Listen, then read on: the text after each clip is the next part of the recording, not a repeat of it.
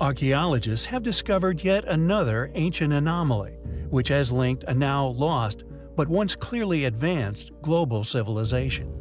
Pertaining to a wall relief in Peru belonging to the oldest civilization in the Americas. The wall, although dated to approximately 3,800 years ago, depicts what many now believe is an illustrated narrative of the difficulties they experienced prior to a cataclysm caused by an ancient climate change. 1 meter high and 2.8 meters long, the wall relief was discovered in the seaside archaeological site of Vichama, 110 kilometers north of Peru's capital, Lima. The Vichama site is part of the recently discovered, yet now lost, Caral Civilization, also known as Norte Chico. Dated at over 5,000 years ago, this dating alone makes it the oldest civilization known to have dwelled within the Americas, now claimed as purely coincidental. This civilization flourished around the same time as that of the thriving civilization of Mesopotamia, ancient Egypt, and also Chinese civilizations. The Caral Civilization was located in the Supi Valley, along the north-central coast of Peru. Made of adobe, a clay-like material, the wall seemingly documents climate change, one which could not have been contributed to by human activities.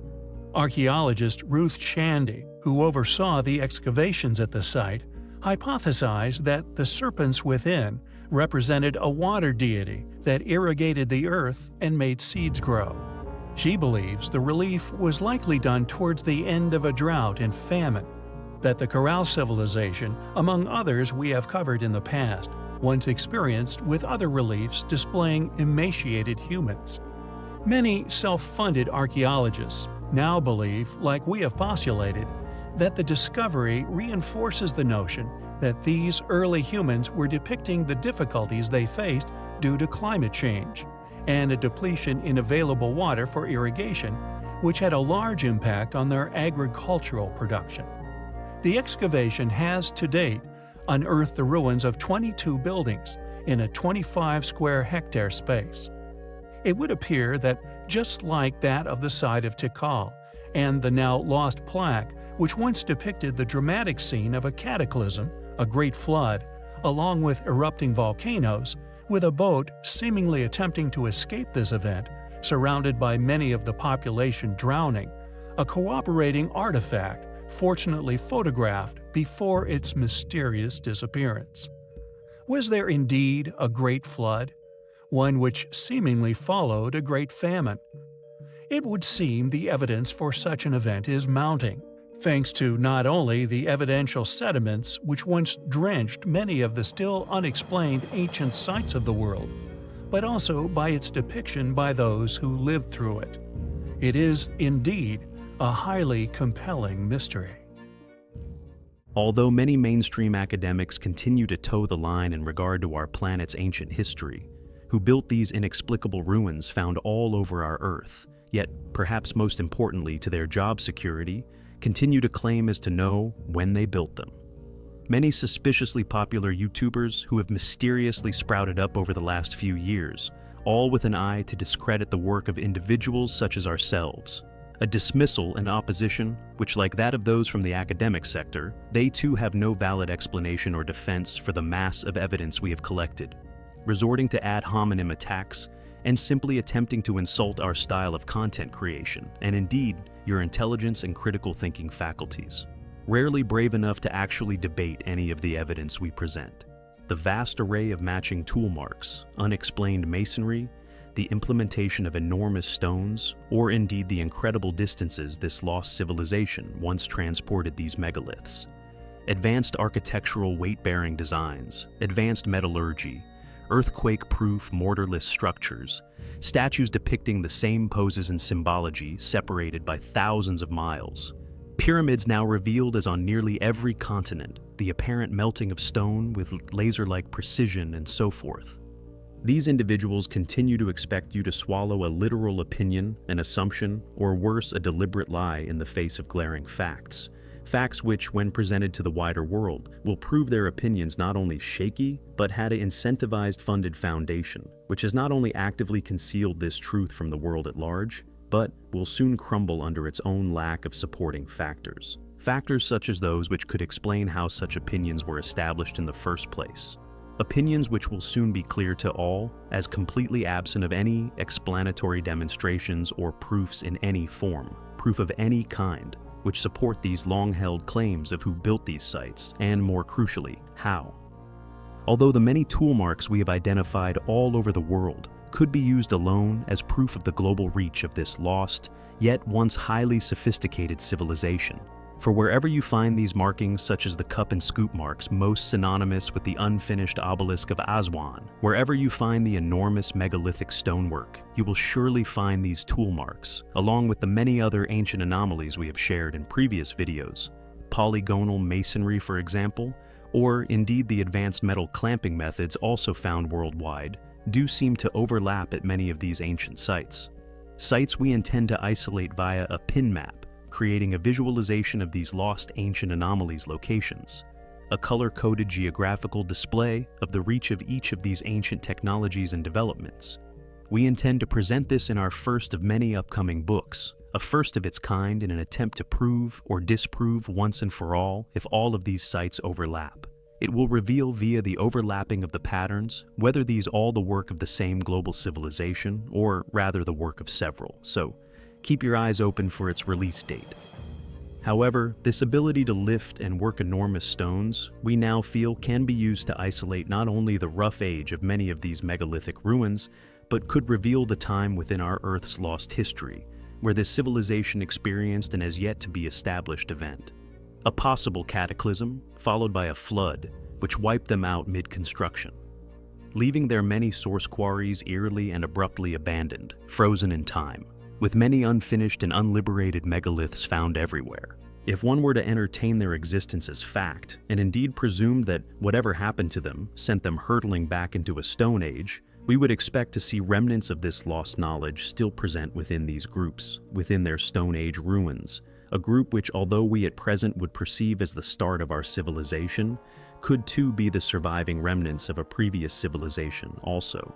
You would expect those who we call the Neoliths to have still retained their sophisticated astronomical knowledge, which would have allowed them to build huge and precise astronomical clocks, or rather henges. You would also expect them to still have remnants of the knowledge and indeed ability to cut and transport huge megaliths, which, although lacking refinement due to an absence of surviving tech, would still be utilized in the creation of their homes, such as the dolmens, or within the many granges they were able to somehow build up via huge earthworks. Structures clearly of illogical sizes if one were to perceive these people as barely past the discovery of fire and before the wheel. Such an event could have possibly been the result of a polar shift, or at the very least the tilting of Earth's axis. This new path for the sun, then tracked and recorded in stone, perhaps in an effort to re-establish their bearings within the universe. You would expect to find similar megalithic structures, or indeed the utilization of large, seemingly immovable stones within their dwellings. You would expect to see remnants of these lost capabilities not just present within one group upon one landmass, but one would expect to see similarities within their structures worldwide, seemingly coming up with the same solutions or rather methods for working huge stones. This would be due to having once been connected, and with untouched remains found atop and below countless highly controversial and thus heavily debated sites, such as the Pyramid of the Sun discovered by Sam Osmanagic within Bosnia, the largely untouched ruins discovered within Indonesia, or indeed the many still buried and hidden pyramids located across Eastern Europe, all independently carbon dated to around 30 to 32,000 BC. We have a timeline of events which would fit snugly up against the official chronology of Neolithic man. Could these datings, and indeed the aforementioned evidence, suggest they were one and the same people, indicating that whatever happened to this once great megalithic moving group occurred just prior to the arrival of Stone Age man within the archaeological record? In an upcoming video, we will explore the polygonal masonry found across the globe, a lost knowledge so intricate and baffling, it has taken us over 10 years to establish just one working theory for how some of these walls were created, let alone the many varying styles and seemingly bended and melted stones. Earthquake-proof, mortarless walls, with stones made with beveled edges, another among a long list of ancient anomalies. Smoking guns from a now-lost civilization, which I intend to expose to the world in my next series of videos. Astonishing facts which clearly demonstrate mainstream's faulty narrative, one that is destined to be disproven en masse. An inevitable critical mass of awareness is coming, one that I will continue to fight for. It is a path to enlightenment which we find highly compelling. Huelgoat is a popular destination with tourists and holidaymakers alike. This is due to its impressive natural setting, among which the vestiges of an ancient forest still survive, one that once covered the entire island of Brittany. Once part of royal and ducal lands, the forest is now overseen by the French Forestry Commission, the National Forest Office. It has a footprint of around 10 square kilometers, with a large replanting scheme repairing much of the damage sustained by the forest and storms, which occurred upon the 15th and 16th of October 1987, when 3.1 square kilometers of trees were leveled or damaged. However, within this surviving ancient forest, ancient Neolithic ruins can be found. Ruins synonymous with many other countries around the world, as if made by a people who were simply motivated by aesthetics, thus creating stunning, yet equally baffling structures, which we have come to know as dolmens. However, although in some areas of Earth these can be attributed to past dwellings, many of them which survive were created with such small base stones or such large roof stones that arguing that creating them for any other reason but their creation continues to be just as puzzling an explanation as the techniques that were once seemingly harnessed, which enabled our purportedly Stone Age ancestors the ability to pick up ancient megaliths of such enormous scales. Le champignon, or the mushroom located within the forest, is but one example of these mystifying, unarguably Neolithic formations, once created with a roof stone of many tons of weight. Yet any logical argument as to the past purpose of these stone structures remains just as elusive to explain as how these incredibly ancient people somehow once accomplished such feats. Who were the Neolithics? How can their ruins be located all over the world, yet not attributed to a group in communication with each other? We feel the evidence to support this postulation is all but overwhelming, yet continually denied as a possibility, or even considerable as a reality by any field which is in defense of current rigidly defended fallacies, claiming that such groups were primitive and lacked the ability to cross continents. Yet the evidence in defense of this, found on almost every continent on Earth, which we feel is obvious proof of a conspiracy. Regardless of this and the denial of them having links with other countries, we find the ruins which still survive within this ancient wood within Brittany as highly compelling. During our extensive research into the Neolithic Age, explorations into the countless Stone Age ruins, which can be found all over the world, a hypothesis began to form regarding their past possible identity. However, evidence continues to mount suggesting that this was incorrect. Stone Age ruins like that of Stonehenge are all part of an existing legacy of a civilization which, according to mainstream paradigm, lived over 10 millennia ago. A people who displayed incredible capabilities, not only in the quarrying, moving, and eventual placement of many stones in excess of 100 tons. The incredible displays of earthworking, mounds and barrows formed from thousands of tons of earth, all of which was once laid atop these underground layers.